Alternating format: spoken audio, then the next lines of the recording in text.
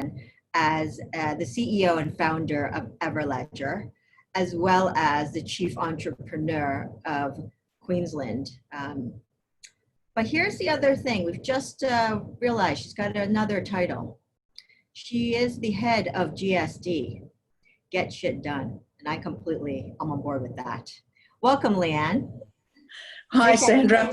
What a way to start the morning. I'm only one coffee in, and what an introduction. Normally there are letters after people's names, and so yeah, that's a great way to have a few letters, I guess. GSD.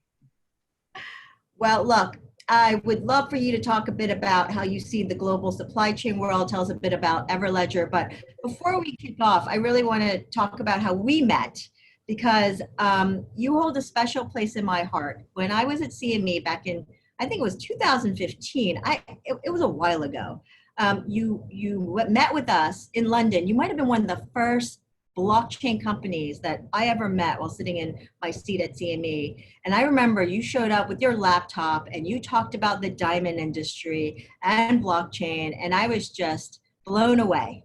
Remember that? I do remember that, actually. It was me and a laptop, and it would have been probably the first month of Everledger's inception. So it was very early in the journey. And I don't know that much has changed since that day. Certainly there are more people with more laptops running around the world, ever legends, as we say, but the same challenges that we sought to solve is exactly the purpose of Everledger. We've seen so many companies start in 2015 in the blockchain space, cryptocurrency, public, private, on-chain, off-chain, all sorts of flavors of ice cream, but we've managed to stay strong to the core purpose and drive out now a pretty interesting platform. So before you deep dive into Everledger, I know you guys just had your 5-year anniversary, so congratulations with your Everlegends all over the world doing great work. Tell us a little bit about sort of your path, because you're a serial entrepreneur. You have a really amazing background and history, and frankly, it would be lovely if you just spend a few minutes talking about how you got into tech, how you became an entrepreneur. Like most things, we sort of fall into situations and then try and work out how to sink or swim. So I am a serial entrepreneur. I guess when I look back on the career pathway, if you want to call it that, I'm unemployable by virtue of my attitude, sometimes the way I speak. I'm not necessarily well positioned in any hierarchical order, but I've always been really curious about challenges or problems to be solved. And at the true essence of Everledger is exactly that. We framed and knew and understood exactly the challenge or the problem within an industry, and then married the technology. I'm a self-taught engineer, and yet again have had the better part of 10, 15 years experience in multiple disciplinary technologies.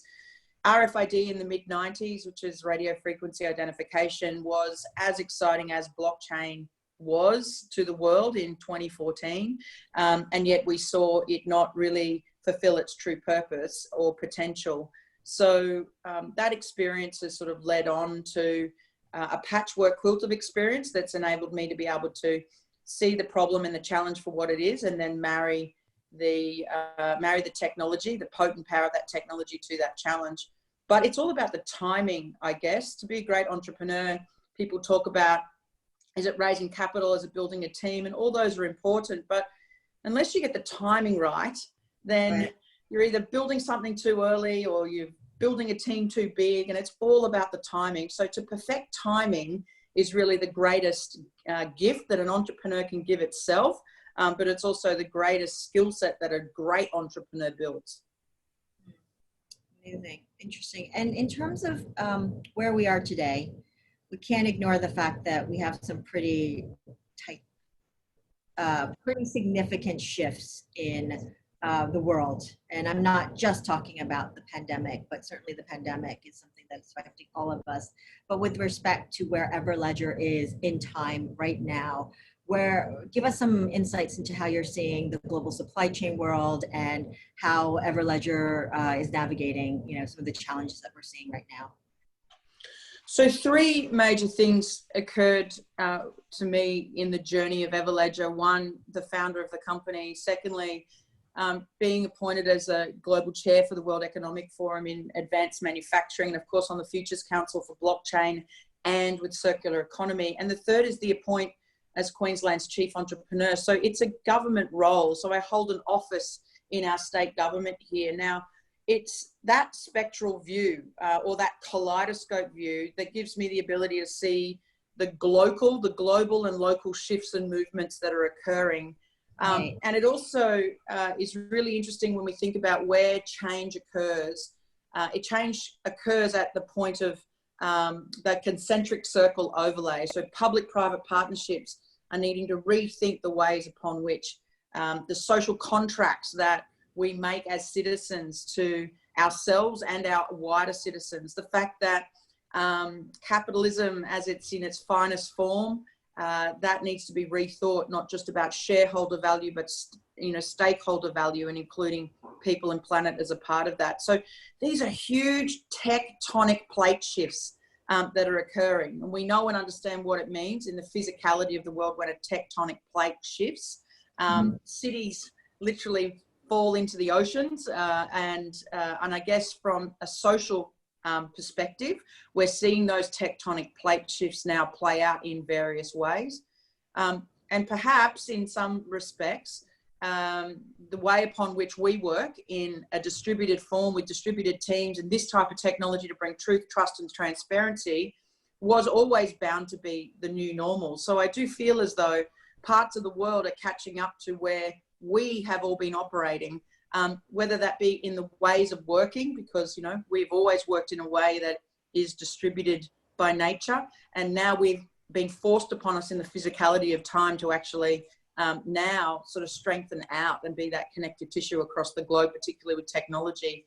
And also just the entrepreneurs in this space feel like they've built more than resiliency. They've gone into this anti-fragility, that muscle strength that you build out over time. Great. Well, really appreciate you giving a optimistic and more hopeful view of sort of where blockchain is in this world. As you said, I think, in many ways, blockchain technology was leading up to a moment like this. It's unfortunate that there is, as much global suffering as there is. But having said that, the opportunity set is significant. Trust, the bedrock of almost every interaction that we have, and frankly, our institutions are showing that there could be some improvement in. Yeah, I mean, don't get me wrong. There's been really dark moments for me to think, wow, is the market moving away from provenance and supply chains and digital rails, or is it moving closer to us? And there's that tectonic plate shift is the interesting part. The timing is most definitely now. So the compressed nature of which the challenges are all coming at us in various forms will eventually tip that axis and will actually start to change the kind of the table of balance per se. But I will say that, diamonds in the supply chain and diamonds physically stopped mid-COVID because there's such hyper consolidation in supply chains across the diamond and gemstone industry. And we, of course, are a digital rails. We're a digital twin representation of physicality of supply chain. But there's also really interesting rethinking of manufacturing and how we bring digital rights out into the forefront of just being able to get PPE and or being able to print medical devices when typically the rights holder of those designs are sitting only in one or two locations in the world. But, the risk to the citizens to not enable the production to continue, of course, is no greater travesty than death. So it was a have to do. So we think about innovation in various forms. How do you, when is the time upon which innovation truly rises? And it's where there's a true existential crisis. That's when change moves into a transition. And so we're in this time where we know we need to change. And there's this paradigm, this third axis of recovery. It's not about just stopping the clocks and opening the economy back up again. There's now a Z axis that we're walking along. The CEO of Microsoft said it well. 2 years of digital transformation has now happened in 2 months.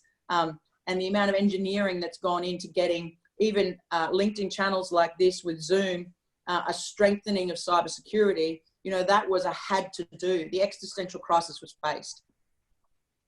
Right, absolutely. And, you work around the world, but let's face it, you do provenance in some really interesting commodities. And it takes you to some pretty tough parts of the world. Can you talk a little bit about whether you see an opportunity set more for the, I hate this term, but developing countries versus those that have, existing infrastructure and sort of kind of stayed in their way? It might be harder to break some of those legacy infrastructure and systems. How do you see that playing out? Yeah, I mean, that's such a big such a big question to be asked with only half a cup of coffee in the morning. I'd have to say, I would have to say we've seen incredible digital transformations bring about massive leaps in prosperity in various parts of the world, and point to China as a prime example. You think about the giants that sit within China, whether it be Tencent or Alibaba, and just the digital rails upon which they built their banking system or their consumer interaction system, regardless of whether we're going to sit here and have a debate around citizen surveillance or not. The reality is that the prosperity of that country has risen quite dramatically. I hold a lot of hope for the world that the superpowers that were in the last decade, that tectonic plate shift is also occurring.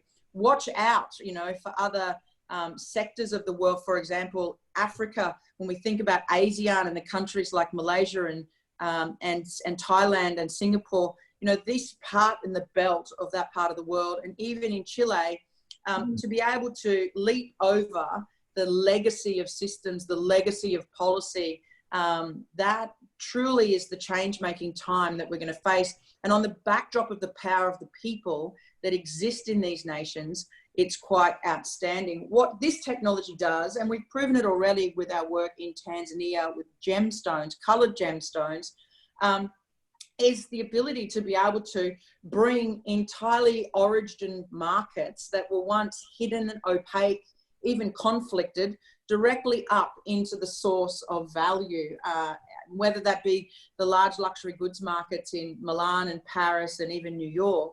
But there needs to also be a shift in the consciousness of consumers. And that's the piece of work that as a collective nature, and maybe this is the time where these social contracts for rights comes into the forefront and play. It's not always about what's just in front of you. Ask the question about, well, what's just behind that shadow, or what's casting that shadow? And I think this is the technology that will help to bring the windows into those moments in time.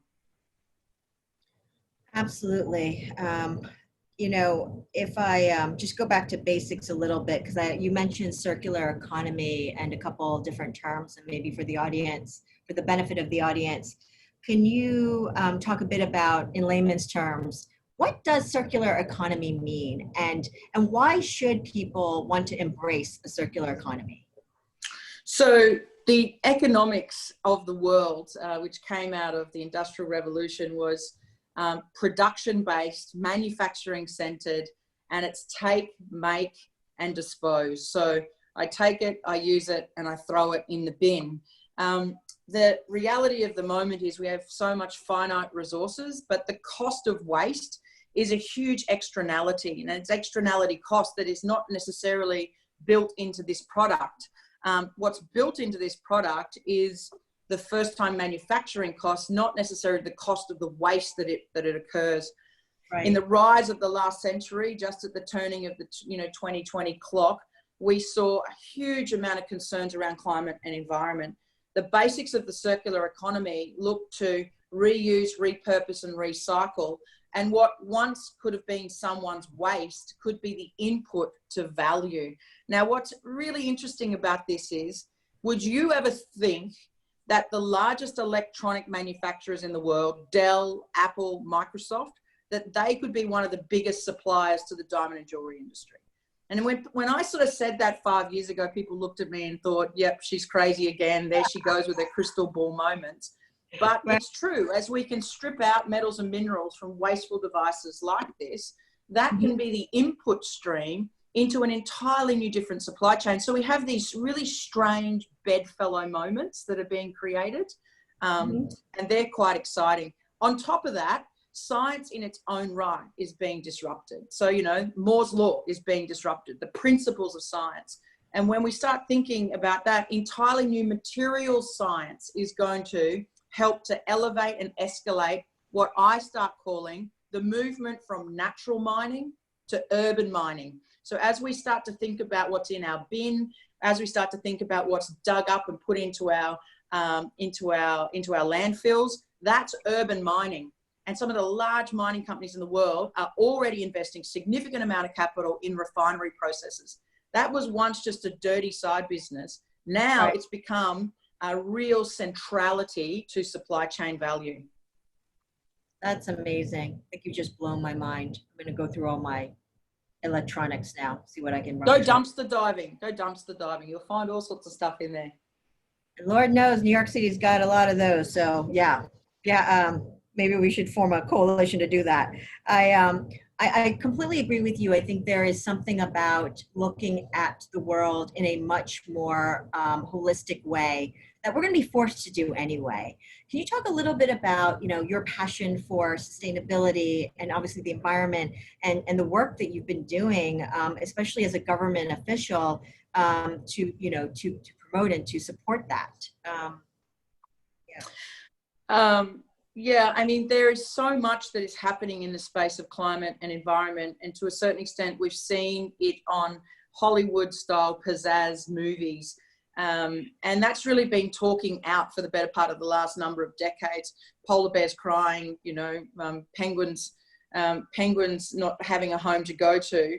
And I'm not downplaying the importance of what's happening in terms of climate change, but the transition at the moment is very difficult to make that quantum leap because of the economic strategy, the economic transition strategy, to be able to leave what was once behind, go from that point of, I know I need to change, but do a transition. Unfortunately, the incumbents within powers, whether that be governments or even corporations, are entrenched in business models, are entrenched in profit schemes, are entrenched in certain ways upon which the financial markets incentivize and fund. That entire system needs to start to crack to be able to find the space to reform. And the circular economy is the economic engine. For once, it's the business model that makes sense to help drive those changes. And the work that we've been doing at Everledger is not only around the baseline of event enablement for provenance, so where does it go to and track and trace it, but it also overlays the footprint. So how has that affected people and planet? And yet again, it's a great industry to be able to put this technology towards as a first use case for many more. Diamonds are unique. We also have man-made diamonds that are now being manufactured in nuclear type reactors in various parts of the world that are driven not on solar panels with beautiful harp playing music in the background, yet there are marketing campaigns that are showing this greenwash effect that natural diamonds are evil for the earth, but man-made diamonds are great for sustainability and climate. We need to be able to connect systems, sensors, technology like blockchain, and bring all of that together to show its truth and allow the data to show the moment in time that we all suspect is not actually right. And we've been able to do that over the course of the last number of years and release that work on Earth Day. So now when we go into a store, Everledger can show where it's come from. We can also ask the question, where does it go after it leaves me in terms of its gold and the refinery process? And then also the footprint, like what was the CO2? What was the water used? Did it go through a green factory in Surat that's LEED certified? How is that factory actually connected to the chain? All of that lies at the heart, the beating heart of the system of Everledger, and we just connect the arteries of supply chains across the world. It's incredibly powerful, and let's face it, it's the direction that we need to go in. I promise to those who are listening and watching, I will be asking the questions that you've got here, but I do want to ask a couple more questions before we move on to Q&A. So, Leanne, when you think about the work, we've heard you've done some great work around battery space. Can you talk a little bit about the battery passport and the battery industry for those who are just not very familiar with what's going on there? I remember being in my late teens watching Leonardo DiCaprio's Blood Diamond movie, and it's pretty infamous. It runs around the world. Most people know about it or know of it. And really, it was one tiny moment in time that gave me a motivation fuel to start Everledger. But to ask the question, not only where does it come from, and then understand Blood Diamonds as a movie, we asked ourselves, what is the potentially most conflicted supply chain in the future? If we're able to fix the problems of the past, then why can't we prevent some of the challenges of tomorrow? And as I started to sit and think about this, it's stored energy. The transformation that we're making into electric vehicles, autonomous fleets on the road, the devices, I've got 5 devices sitting in front of me right now, and each of these have a battery, a lithium ion battery. Now, parts of the supply chain lithium ion comes with the Congo DRC and cobalt, and we know and understand the conflict, concerns and opacity and human rights violations that occur in segments of the world that feed up into these supply chains. But it potentially could be one of the largest, most conflicted supply chains in the world by 2030, as we start to bring all of these devices to life on the planet. Wow. So in around 2017, when I began working more deeply with the World Economic Forum, the Global Battery Alliance was born. It's a public-private partnership that saw about $32 million funded and looked at the battery supply chain.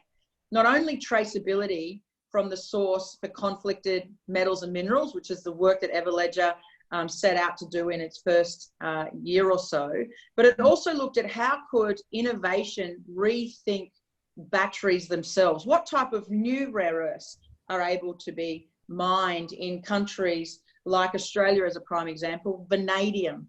You know, we have vanadium free flow batteries now that are technologies that are large scale batteries that can sit on the sides of houses and buildings that take in solar energy.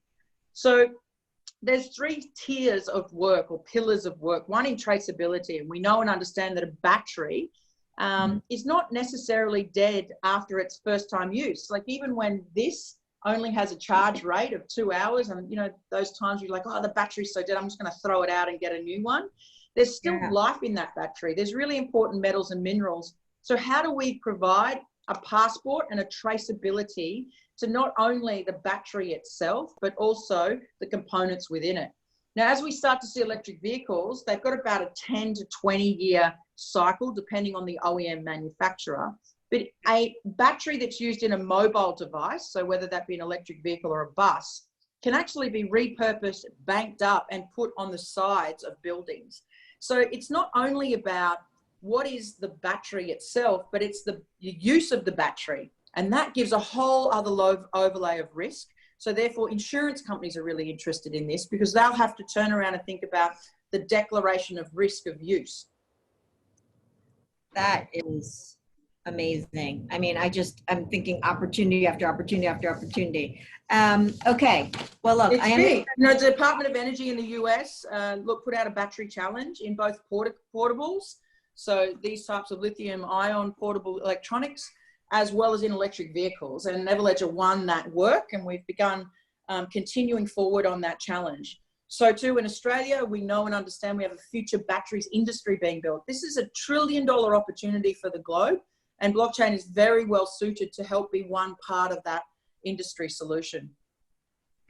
Well, I'll tell you right now, I think you've given me some ideas. We should talk later more about the space, because frankly, I don't know enough about it. And you've convinced me that it needs attention, at least from my own edification point of view. Before I go to questions, though, I'm going to turn to your role as Queensland's chief entrepreneur. I would love if you could just tell us a little bit about what is the Australian tech scene like for those who are not familiar, and what's the focus right now these days? I know there's a lot going on, but you know, if you talk a little bit about the Australian tech scene, blockchain scene, and then obviously, So Queensland is the state, or it's the home of the Great Barrier Reef. So many people know Australia for its beauty, of course, and most trading entities know of Australia for its natural resources. So the fact that we are one of the largest suppliers of natural resources in the world, and some of the largest mining companies like Rio Tinto are proudly Australian.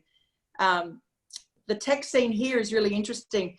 We don't do unicorns in Australia. Well, we don't do them in Queensland, definitely. We do zebras, the rare but real creatures, rather than the mythical $1 billion ones that come out of nowhere. we have the tyranny of distance across Queensland, and 44% of our population resides in our regional and town centres, and the other half of our population sit in the southeast corner, which is where I'm situated. We have, as a government, put $755 million into innovation, and that is supported in various programs, not dissimilar to a Silicon Valley program. You know, we do have Techstars here. We have Y Combinator that attracts the talent across the seas. And we have great trading relationships in around 14 countries of the world. But what is really kind of different about Aussies that are innovators, we're very anchored into what is the definition of the challenge or the problem to be solved. I don't really see many innovators come out, and even the science that we are giving birth to. You know, we were one of the first 3 universities in the world that began looking at the vaccine for COVID. And that was well into the late December, early January timeframe. So well ahead of where most other countries sit. I think we were the first to move into human trials, of course, on the vaccine as well. So we have great underpinning science here.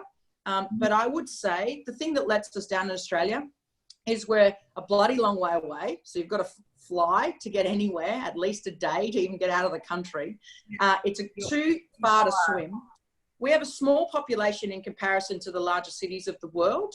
So therefore, most Australians that are scaling will scale out into international locations. We have incredible trade relationships with China and the ASEAN belt. And of course, we're a Commonwealth baby, and we relate beautifully into the Five Eyes scheme with the United States. So we are, you know, we're good mates. We're good mates with most people in the world. So too is New Zealand. The tech scene has seen a couple of those shooting unicorns, for want of a term. Atlassian, which would be one of those companies that are pretty prevalent in the space of project management platforms, and that's hit some pretty good, interesting valuation. And so too is Canva. Canva as well is like the digital marketing PowerPoint for online services. So those companies are fast rising.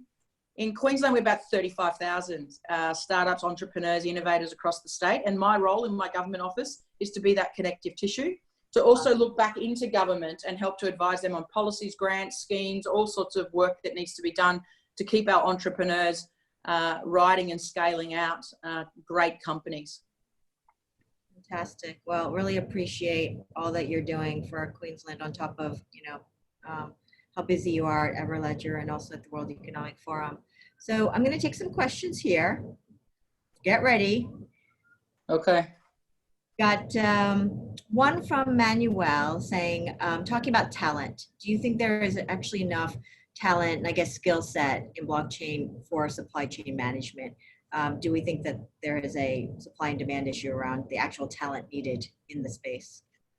Look, this question is such a critical question that should be asked a lot more. When I started Everledger, late 2014, just me with a laptop, there was no such thing as blockchain engineers. It did not exist. The only blockchain engineer that would have been available was Vitalik, but he was kind of busy right then doing what he was doing with Ethereum. And I think actually it was in the beta form and called it Homestead.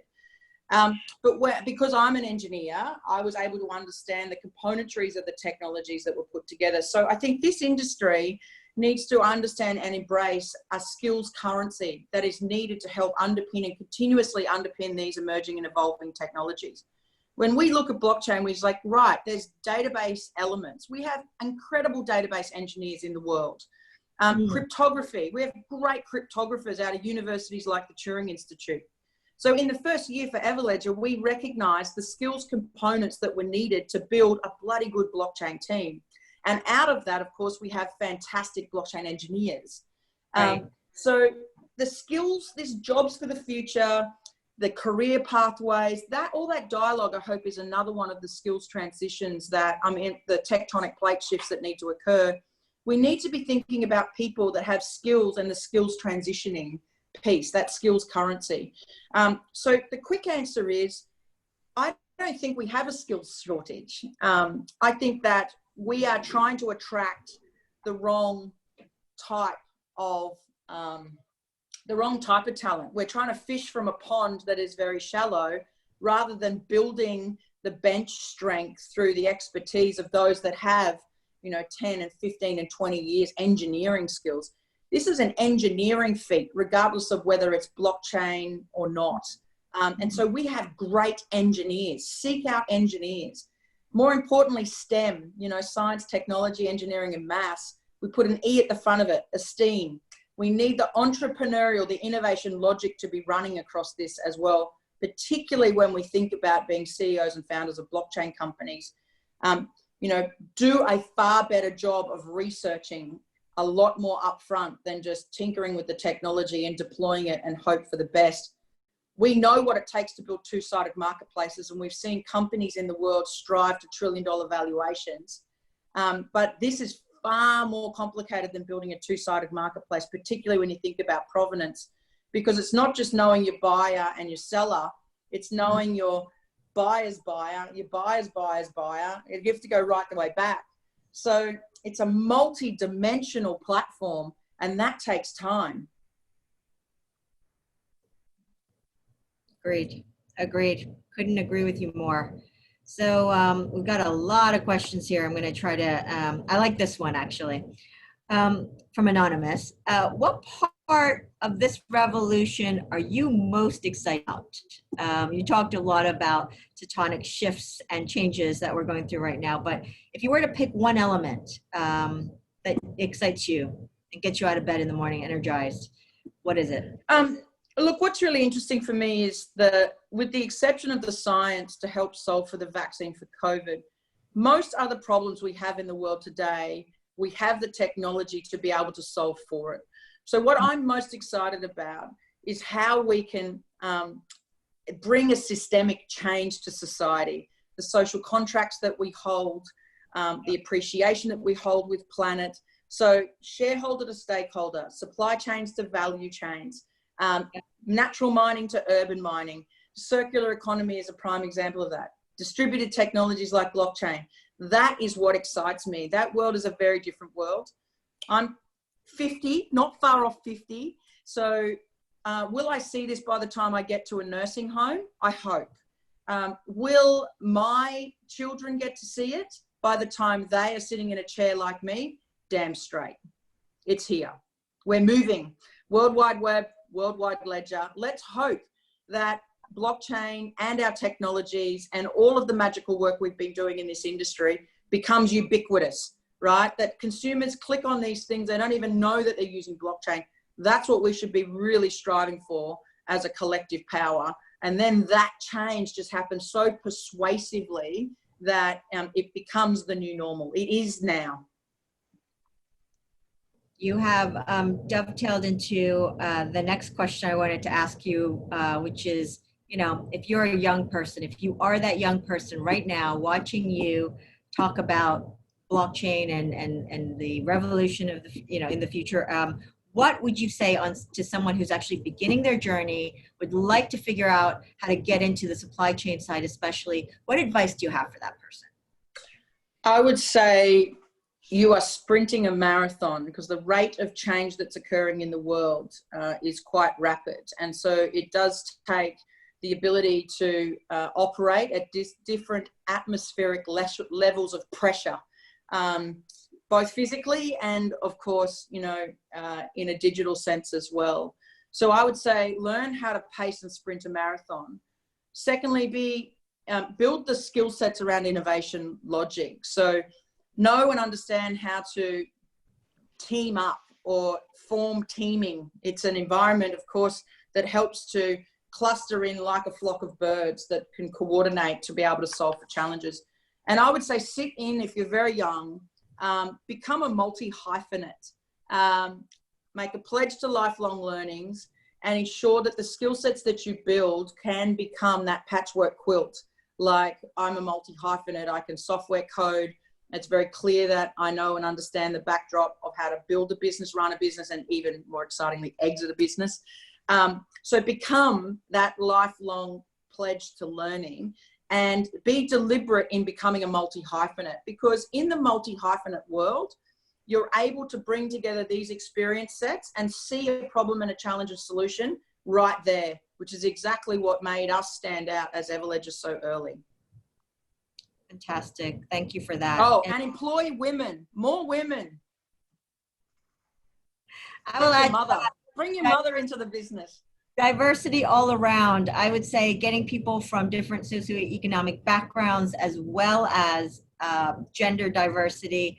And let's face it, if you all hire from the same schools and the same backgrounds, it becomes a very boring place to be. So yes, right with you. Got to hire as many different minds as possible. Sophia is a colleague of ours who's on the line, and I believe we are going to open it up for live mic for any of you brave enough. I know a bunch of questions are still typed up, but if any of you brave enough would like to ask live here. Yes, thank you, Sandra. You can raise your hands and I will unmute you so you may ask your question. And while you guys are doing that, I will ask another question if that's all right, Sophia. Absolutely. Great. So this was an interesting question. I don't know even quite how you go about answering this one. You talked a lot about, hopefully getting consumers to change how they look at their product and where it's coming from and the provenance of that, and then changing behaviors based on that, and hopefully then participating in the circular economy. Someone wrote, anonymous wrote, is caring about where our products come from of interest only to the elites? Or does this have relevance to folks who are in the lower socioeconomic classes? Look, I think it's relevant to everyone. We've seen incredible footage across the world, regardless of where we are on the planet, with plastic straws up the noses of turtles and entire river systems choked with plastic. So this is not just an elite. Certainly, I think that we have a lot of work to do in governments and even in fabric manufacturers to change labeling. So instead of on a label of a shirt to just see polyester cotton and the percentage and dry clean or dope dry clean, imagine the type of decision that you'd make if you flipped the label over and saw how much water was used in the manufacturing of that shirt and you could compare it. So I don't think it is just about, because the impact that we are having in a take, make, dispose, the currency of the world in terms of its environmental footprint is actually affecting now literally every corner of the globe. So therefore, it's the responsibility of every citizen. How every citizen becomes educated and contributes to that change, that's the trick, right? That's the issue. And where and how can technology companies or the collective power of entrepreneurs come together to enact that change? It's not one single solution. It's not one single technology. It is the collective nature where we can align the value and the values of the world or of an industry or of a supply chain or of a community. And that's the work to be done. And the collective nature of aligning those is not technology driven, right? It's the human consciousness. Some people will care about it, some people won't. But when rivers are choked and turtles have straws up their nose and children in schools are seeing this and championing the change, then that's why this is an eventuality of change. Hi, Sandra. We have a live question. Do you mind if I put him on? Go for it. Thank you. Great. Benoit, I'm going to unmute you. You may have to unmute yourself on your end as well. Hello, Benoit. Hi, Leanne. Hey, Benoit. How are you? I'm fine, and you? I remember you exactly the same on your profile. Exactly last time I saw you, I think you were looking like this. You haven't changed a lot in 5 years. Thank you so much, Leanne. You just mentioned the provenance and the consciousness of people in your customer base and what you're doing. How much have you seen the technology and what you are developing being used for branding purposes only?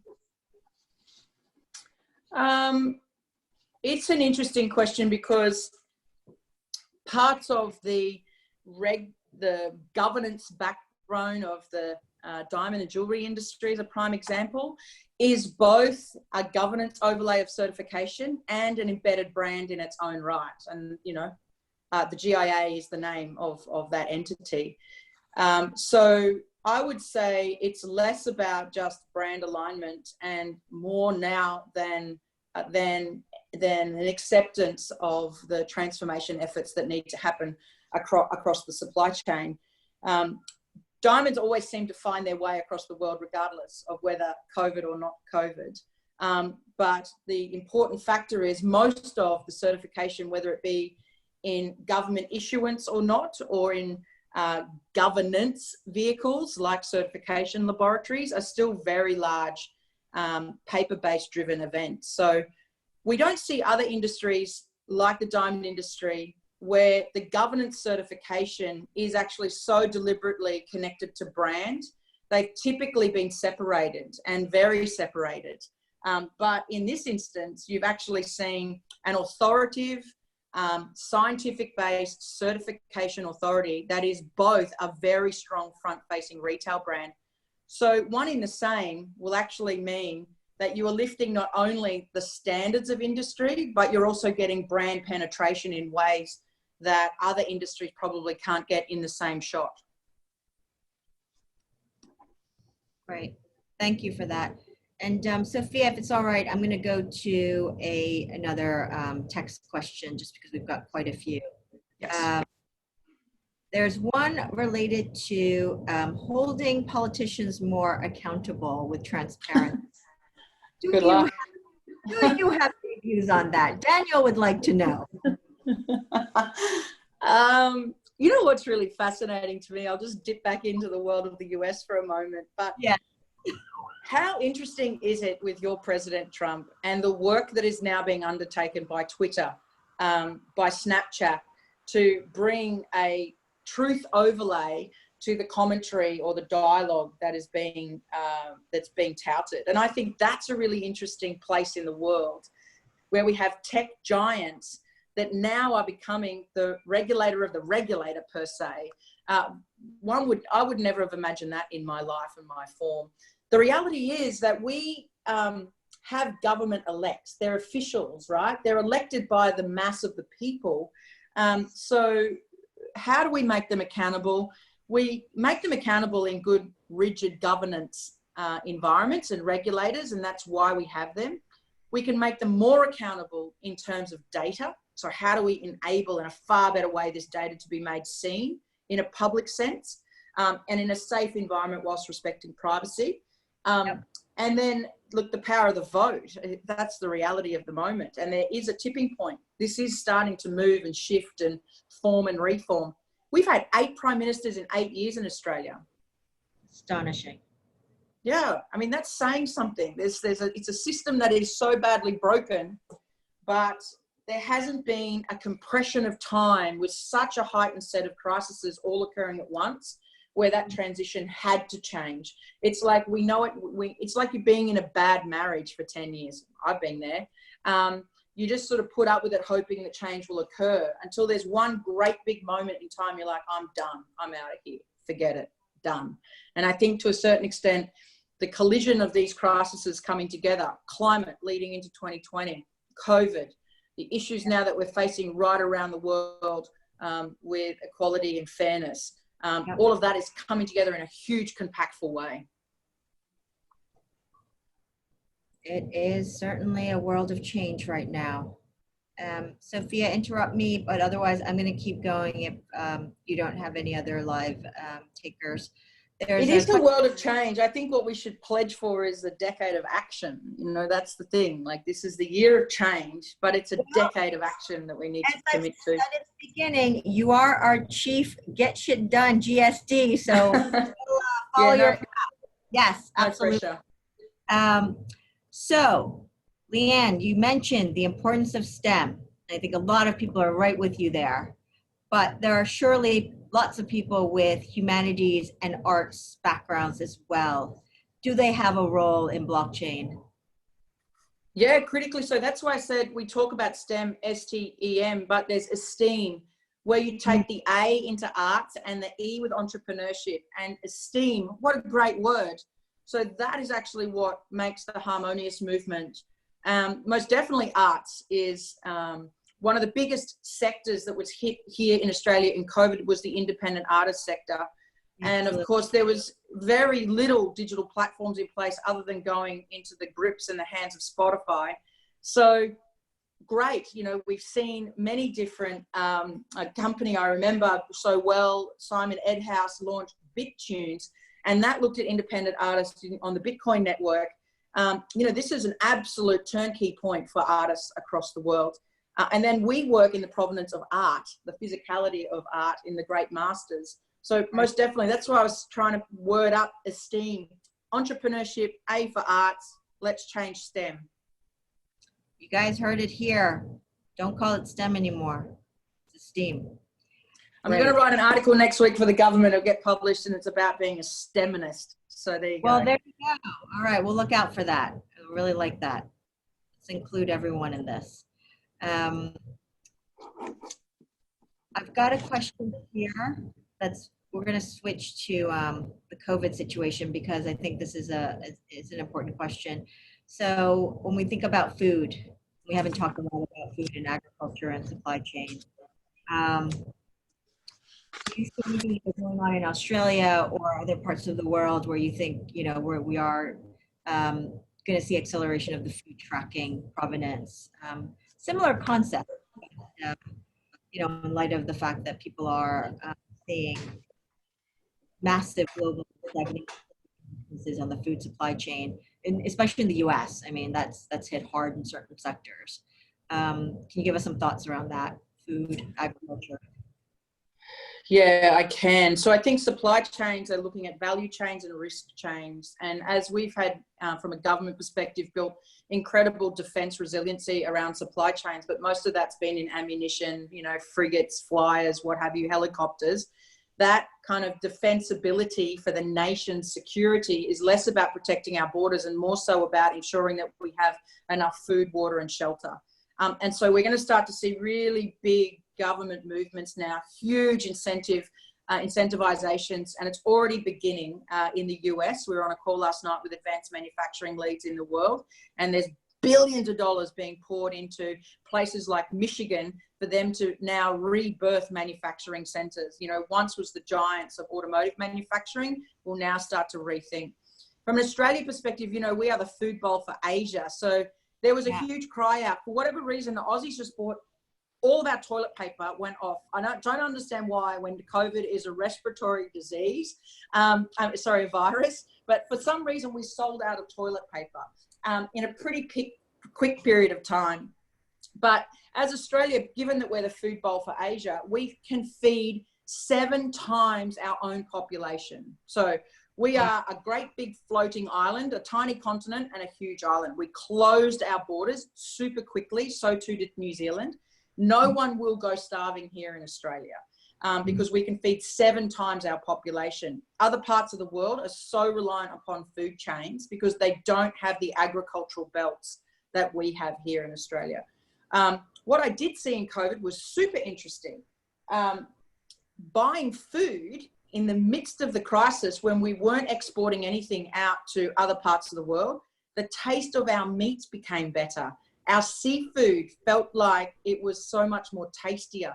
So now there's this rising of questions to ask, are we actually doing ourselves a disservice by sending our most premium products overseas into the ASEAN markets or up into Europe? So this is a question that's being asked now. For the prosperity of our nation, are we actually doing ourselves a disservice by continuously trying to build bigger GDP?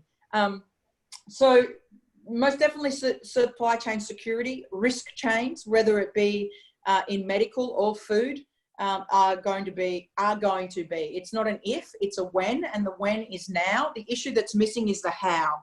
So that's the piece of work that needs to be done. How do we do the transition to these technologies?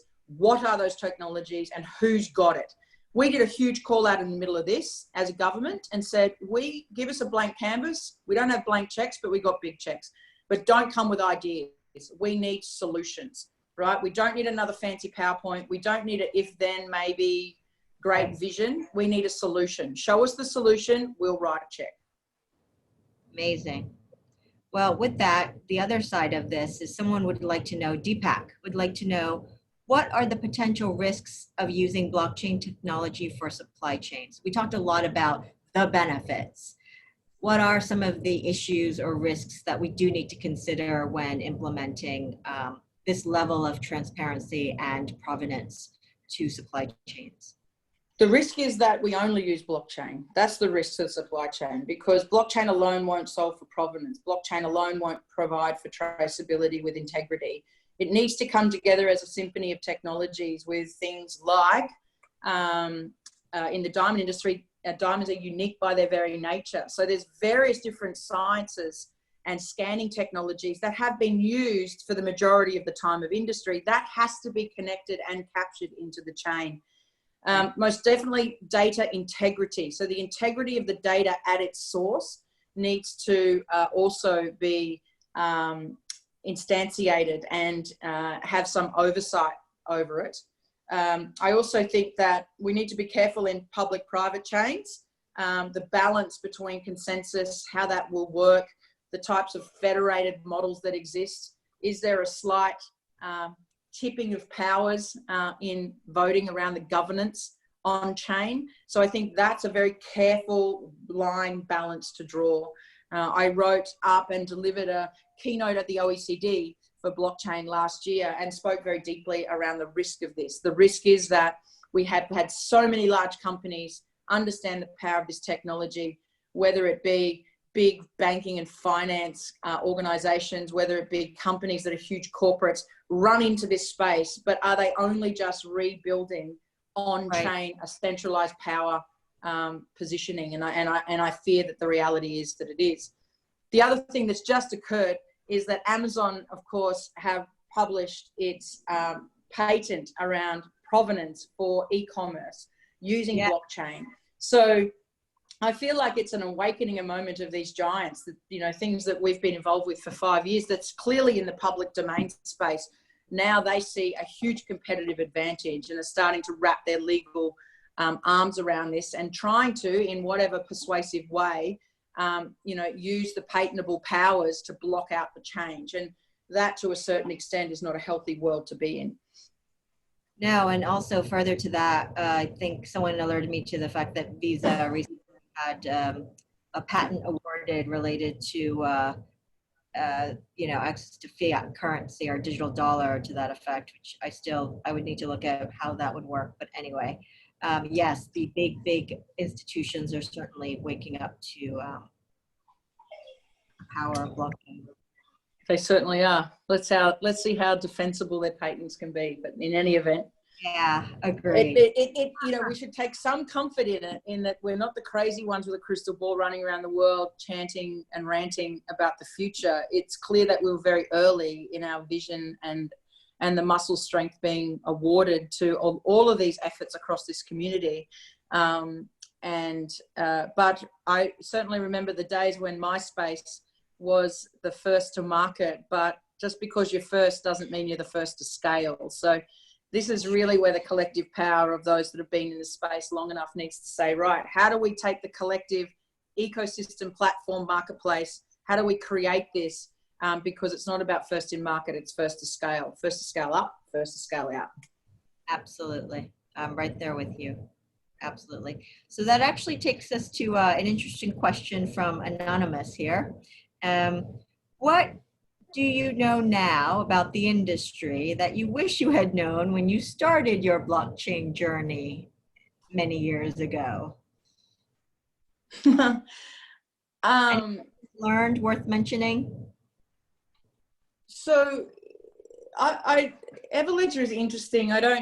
Maybe it's the Australian way, but I sort of operate to a certain extent in a bubble. I don't see myself as a blockchain industry person or a diamond industry person. I see that we're building a platform of provenance. It doesn't exist in the world, that the marketplaces that we're bringing together to bring justifiable value in these emerging markets doesn't exist either. So I feel as though I'm not necessarily reflecting inward on other industries. I know that I'm taking the best of the challenges and the best of the power of the technology and bringing those together into this new paradigm world. So I wish I could answer that question differently and point to, well, in blockchain, if we had these three, but I don't really look within that. I spend a fair bit of time reflecting in the mirror for change, and then most of the time looking directly out the window and two hands on the steering wheel, no airbag. Let's do this. That's a really interesting picture there. I'm picturing it right now. So we are actually closing in on the hour, but I do want to just tuck in one more question from Crystal. She asks about other major industries. Do you see blockchain having a role across multi-level of industries? She gives an example of construction, for example. Look, I am so convinced that the power of what exists within distributed technology should be at its core as a protocol to the web. Just as we have HTTP, SMTP that drives applications like browsers and email, that's the real work to be done. The industry adoption then will become the adoption as you can't ask an industry in the world that doesn't use the internet for something, right? So it should become embedded within policy. We've seen things like the UK government with their BEIS and international in their industrial strategy make a very clear declaration about a 100-year living policy. So beyond the tenure of ministers, because they care about their 3-year and 5-year election cycles.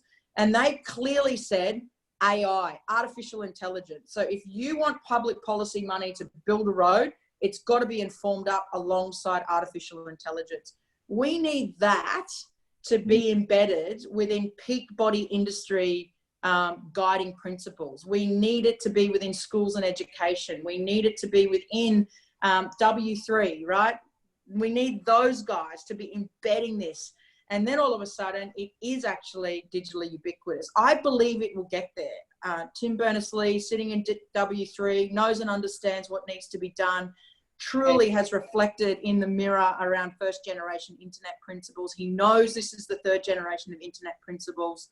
But from where Everledger sits, you'll see now the last 3 years for us has been in a parallel universe whilst building diamonds and colored gemstones and luxury goods. And we've done a fantastic job of it.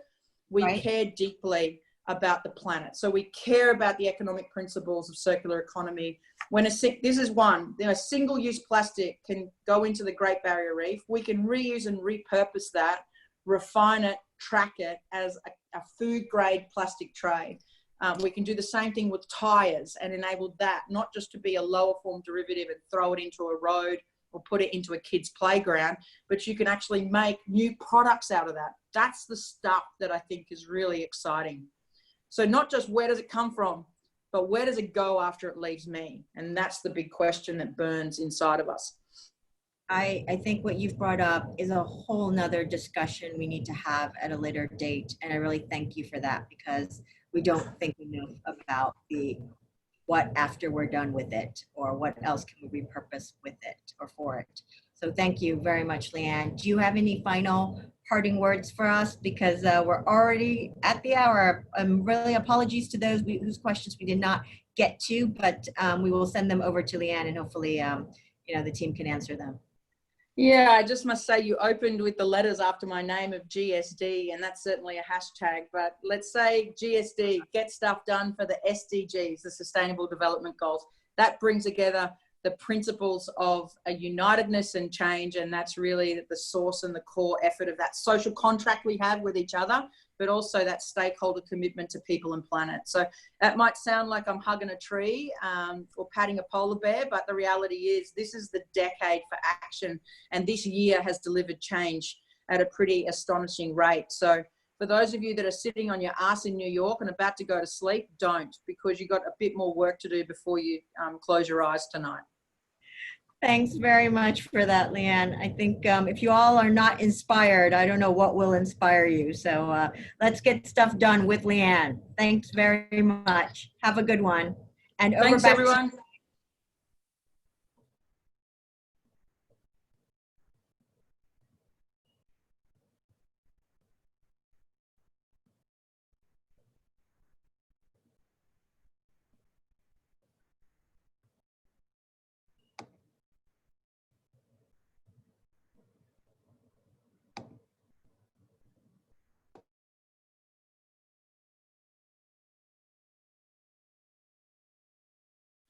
Thanks, Sandra. I think that was a ripper. It went well.